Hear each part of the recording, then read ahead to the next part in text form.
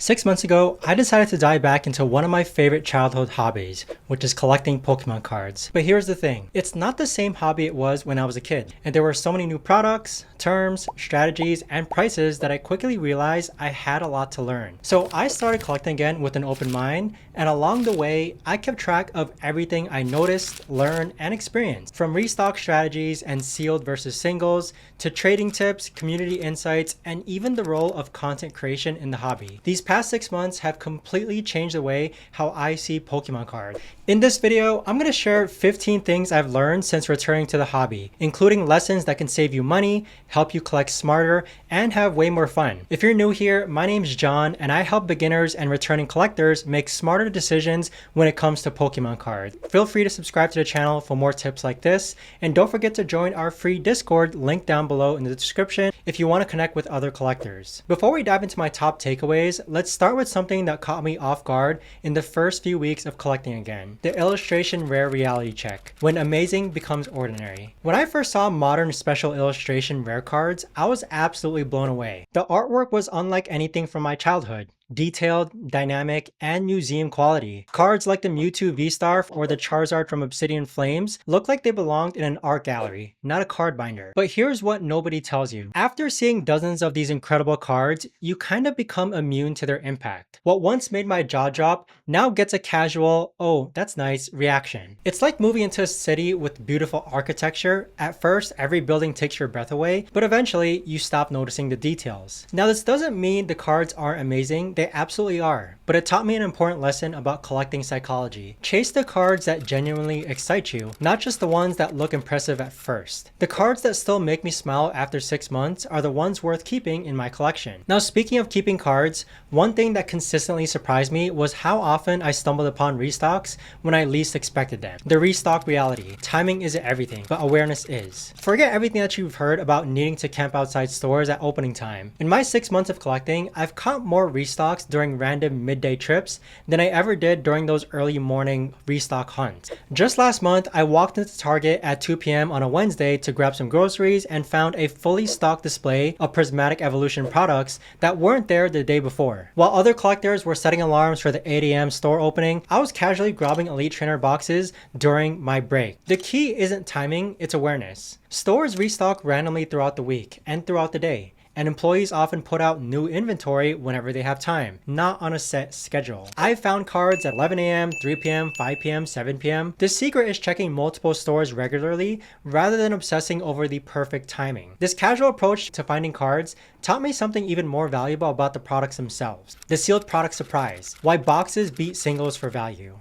Here's something that was new to me. Sealed products have consistently held their value better than most individual cards I've tracked. While everyone obsesses over pulling that rare chase card, the Elite Trainer box it came from might be worth $300 a couple years later. I started tracking prices on products I bought at MSRP, and the results were pretty eye-opening. Now, this doesn't mean that singles are a bad investment. It just means that sealed products offer more predictable value if you care about that stuff. When you buy a sealed ETB, you're not gambling on one card by maintaining its price. You're betting on the entire set's long-term appeal. But here's the one thing about collecting. Value shouldn't be your only consideration. The collection philosophy. Collect what sparks joy, not what's popular. 6 months in, I've learned that the most successful collectors aren't chasing trends. They're following their passions. Whether you're building a master set, collecting sealed products, collecting specific Pokemon, or even focusing on something like sleeping Pokemon, yes, that's a real collecting niche. The key is authenticity. I started by trying to collect everything that looked valuable or popular. My collection was becoming kind of disorganized, and it felt soulless in practice. It wasn't until I focused on cards that genuinely excited me, primarily Tyrannitars or Gyarados, and vintage style artwork, that collecting became a lot more enjoyable. The collectors I've met who seem happiest aren't necessarily the ones with the most expensive cards. They're the ones who can tell you stories about how they got each and every one of their cards that matters to them. Their collections have personality and purpose and not just strictly value. This shift in mindset also changed how I approach acquiring new cards. The single strategy. Math doesn't lie, but hope dies hard. Let me share some brutal math that every collector needs to understand. If you want a specific card worth $50, buying it directly will almost always cost less than opening packs to hoping to pull it. I learned this lesson the expensive way. I spent like $200 plus on Surging Sparks packs trying to chase the Latias card worth, I think at the time, like $200. Not only did I not pull it, but I also ended up with with a pile of duplicate cards that I didn't need. Ultimately, I could have just bought the cards straight up. I felt both relieved and foolish. Here's the reality. Buying singles is more cost effective, but opening packs is more fun. The smart approach is finding a balance. I now buy 1 or 2 packs when I can find them at MSRP for the thrill, but if I need specific cards, I'm gonna buy them as singles. This strategy satisfies both the gambling instinct and the collection goal that I have. But if you really want to see incredible singles and sealed products, there's one destination that every collector needs to go to: the Tokyo Pilgrimage. Why every collector should visit Japan. If you're serious about Pokemon cards, visiting Tokyo should be on your bucket list. The sheer variety and availability of products there will blow your mind. Stores like Pokemon Center Skytree, the Tokyo DX, the Mega Tokyo, and local card shops offer cards and products that you simply can't find anywhere else at really affordable prices. Beyond the shopping, experiencing Pokemon culture in its birthplace gives you a deeper appreciation of the hobby. Seeing how serious collectors approach the game from Japan, from perfect card storage to meticulous organization, really made me raise my own standards significantly. There's exclusive Japanese products, alternate artwork, and unique promotional items available there that make it a treasure trove for collectors. Even if you can't afford everything that you see, seeing the possibilities will inspire your collecting journey as it has mine. But you don't need to travel to Japan just to find amazing cards. Sometimes the best deals are right in your local town. The trading revolution. Why swapping cards is more fun than buying them. Trading has become my absolute favorite aspect of this hobby, and it's completely transformed how I build my collection. There's something magical about finding someone who has exactly what you want, have exactly what they need. It's like a perfect puzzle piece fitting into place. I've discovered that trading up in value is not only possible, but surprisingly common. By starting with cards I bought at discount prices and making strategic trades, I've acquired cards worth significantly more than my initial purchase. Last month, I traded a collection I bought for around $200 into sealed products that are now worth over $300. Local trade nights at card shops have become my weekly highlight. The energy is incredible. Dozens of collectors who share your same mindset are doing trades, they're negotiating deals, and they're sharing stories of how they got their cards. If your local card shop hosts a trade night event, make sure you attend them. You'll leave with new cards and also possibly make new friends. These connections have proven invaluable in ways that I never expected. The network effect, why community beats solo collecting. The difference between collecting alone and collecting within a community is night and day. My trading partners have become my early warning system for restocks, my advisors and card values, and my friends who share this incredible hobby. When one of my trading partners spots a restock at our local Target, I get a text. Vice versa, if I find a restock, I text them as well. When I find a good deal on Facebook, I share it within the group. This network has really helped me in finding better deals. When I was out in Japan, I was able to message my friend and ask for price comparisons to make sure that what I was buying in Japan was a really good price. Now, collecting can be isolating if you're doing it alone, but it becomes a shared adventure when you're part of a community and you do it with friends or family. The community has taught me the importance of finding cards at fair prices also. The MSRP hunt, how to find retail prices in a scalper's market. Finding Pokemon cards at MSRP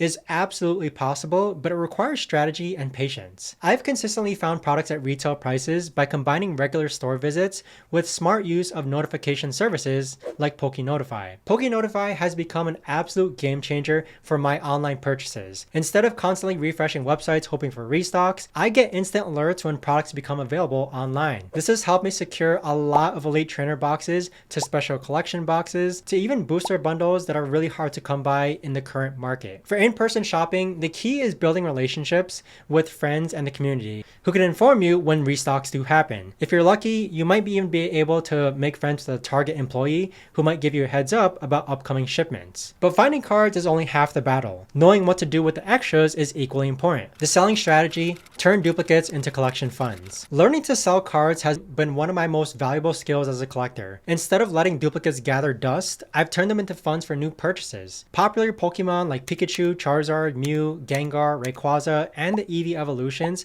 consistently sell well across all platforms. It doesn't matter if it's a common card or a high-end card. I've had success on eBay for higher value cards, TCG Player for competitive cards, and local sales for a bunch of other cards. Each platform has its own strength strengths, and diversifying across multiple channels will maximize your selling potential. The money I've made selling cards I don't need has directly funded cards that I actually want. It's created like a sustainable cycle where my collection constantly improves without increasing my overall spending. This selling experience also helped me understand the broader ecosystem of Pokemon card collecting. The ecosystem understanding: every role matters except scalpers. The Pokemon card community thrives because different people play different roles. Suppliers ensure product availability, collectors drive demand, players keep the game alive, investors provide market stability, local card shops create gathering spaces, vendors facilitate large-scale trading, and traders help cards find their way to collectors who truly want them. Each role is vital to keeping the hobby healthy and growing. Even investors, who sometimes get criticized,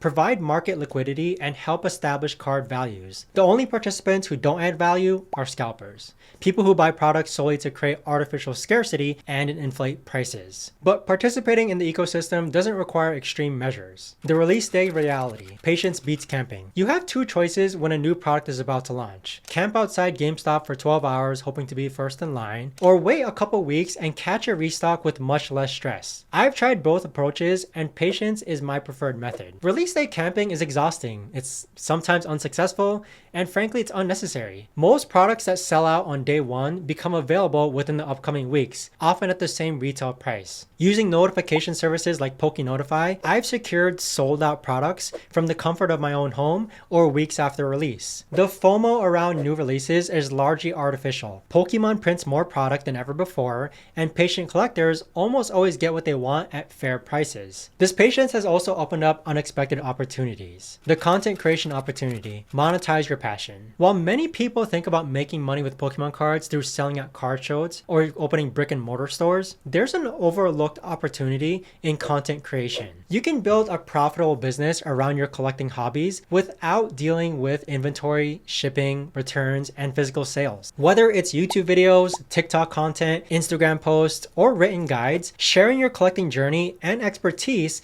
can generate income while helping others collectors. The demand for authentic, helpful Pokemon content far exceeds the supply. This approach lets you monetize your passion without turning your hobby into a traditional business. You're sharing knowledge and experiences rather than managing inventory and customer service. To support this content creation and collecting journey, I rely on several essential tools. The Essential Toolkit: apps and resources that actually matter. After 6 months of serious collecting, I've identified the tools that provide real value. You have TCG Player for current market prices, eBay's sold listings for actual sale data, PokeNotify for restock alerts, the Collector app for collection management, and Rare Candy for scanning cards quickly. These tools have saved me countless hours and hundreds of dollars, and instead of manually checking prices across multiple sites, I can quickly verify values and make informed decisions. Instead of missing restocks, I get instant notifications when products become available. The key is using tools that solve real problems rather than collecting apps for the sake of having them. Focus on the ones that directly improve your collecting and efficiency and decision making. But perhaps the most important lesson I've learned involves timing your purchases. The pre-release trap: why patience pays at launch. Here's a crucial lesson that could save you significant money. Don't buy products at market price before they're officially released. For the past 3 sets that I've tracked, pre-release prices represent the all-time high, with prices consistently dropping in the months that follow release. The pattern is predictable. Massive hype drives pre-order prices sky high, initial release maintains those inflated prices, then reality sets in as supply increases and demand normalizes. Patient collectors who wait 2 to 3 months often pay anywhere from like 20 to 50% less for the same products. This doesn't apply to truly limited releases, but for standard sets and most special products, patience is your best financial strategy. Let the FOMO buyers pay premium prices while you wait for the market to stabilize. The 6-month transformation. Looking back on these past 6 months, I'm amazed at how much my approach to collecting has evolved. I started out as a casual buyer grabbing whatever looked cool and ended up as a strategic collector with clear goals, reliable resources,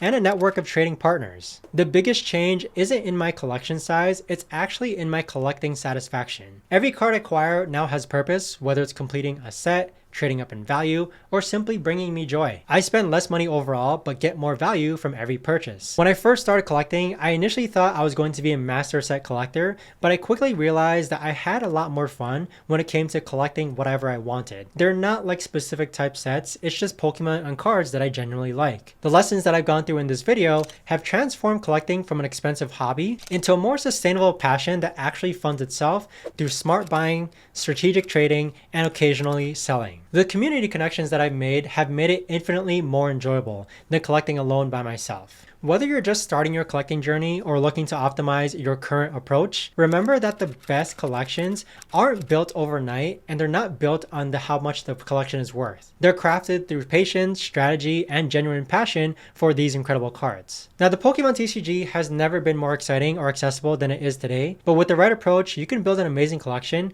while staying within your budget and connecting with an incredible community of fellow collectors. The key is learning from others' experiences, like these lessons I've shared, and adapting them to your own collecting goals and circumstances. Now, if you want to go ahead and see what I do if I had to start over collecting Pokemon cards again, make sure to watch this video next.